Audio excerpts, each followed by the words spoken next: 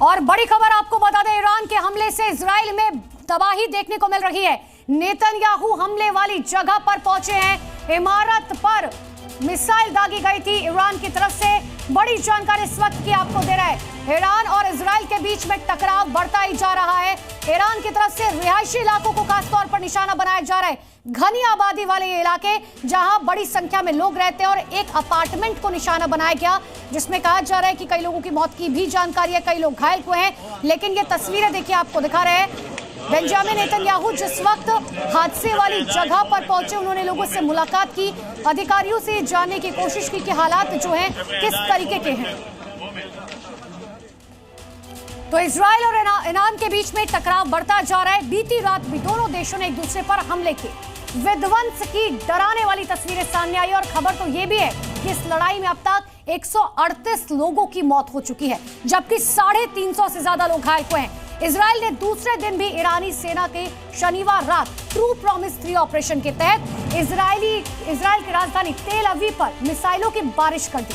वहीं अगर इजराइल का राइजिंग लॉयन पहले से ही जारी है, पूरी रिपोर्ट देखिए। एक तरफा नहीं रही, शुरू हुई भीषण जंग। ईरानी हमले में खंडहर, तेल अवीव का बैटियम। इजराइल और ईरान के बीच लड़ाई ने खतरनाक मोड़ ले लिया है। इजरायली सेना ने तेहरान के एटमी कारखाने सहित कई अहम ठिकानों पर ताबड़तोड़ हमला किया। ईरान को भारी नुकसान की खबर है। इजराइल के हमले की वजह से ईरान की राजधानी तेहरान के रिहायशी इलाके में लगी इस आग को देखिए। ऐसा लग रहा है कि इजराइल ने ऑपरेशन राइजिंग लॉयन के जरिए ईरान को तबाह कर देने की ठान ली है। इजरायली हमलों ने ईरान के रक्षा मंत्रालय की इमारत को भी निशाना बनाया, लेकिन इस वजह से मामूली नुकसान की खबर है। इजराइल का दावा है कि उसने तेहरान और बुशहर में ऑयल डिपो और गैस रिफाइनरी समेत 150 से ज्यादा ठिकानों को हिट किया।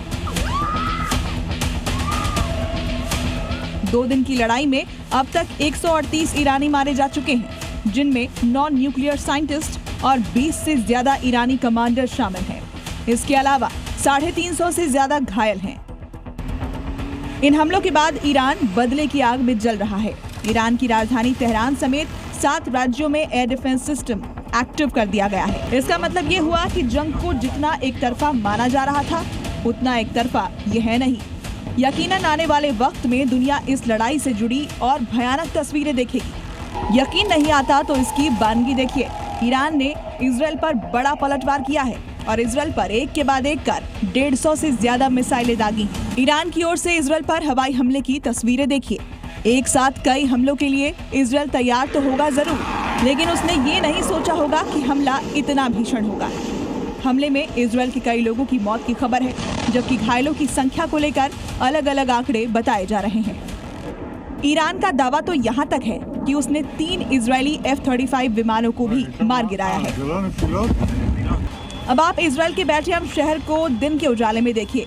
ईरानी अटैक के बाद बड़ा इलाका खंडहर में तब्दील हो चुका है। बड़ी बड़ी इमारतें मलबों में बदल चुकी हैं। हमला इतना जबरदस्त था कि मलबों को हटाने में ही काफी वक्त लगने वाला है। वही खबर ये भी है कि ईरान ने इजराइल पर हमले के लिए एक नई और एडवांस बैलिस्टिक मिसाइल का इस्तेमाल किया है। विदेशी मीडिया के मुताबिक ईरान की इस मिसाइल का नाम हज कासिम है, जिसे कुद्स फोर्स के पूर्व कमांडर कासिम सुलेमानी के नाम पर रखा गया है। बीती रात हुए वार पलटवार के बाद जॉर्डन बॉर्डर से लगे इजराइल के बेत शियान और आसपास के इलाकों में भय का माहौल है। रुक रुक कर ड्रोन घुसने का सायरन बजा है। सेना की ओर से कहा गया कि वो ड्रोन घुसपैठ की लगातार जांच कर रही है। इस बीच अमेरिका ने कहा कि अगर इजराइल के ईरान पर हमलों के जवाब में अमेरिकी हितों पर कोई हमला होता है तो इसके गंभीर परिणाम होंगे। इससे पहले खबर ये आई कि इराक में अमेरिका के सैन्य ठिकाने एन अल असद एयरबेस पर ड्रोन अटैक हुआ। समाचार एजेंसी AP के मुताबिक अमेरिकी सेना ने दागे गए 3 ड्रोन्स को मार गिराया है। हालांकि हमला किसने किया, इसकी पुष्टि नहीं हो सकी है। इजराइल पर हमलों के लिए ईरान ने पहली बार अपने फतेह-1 hypersonic medium range ballistic missile का इस्तेमाल किया।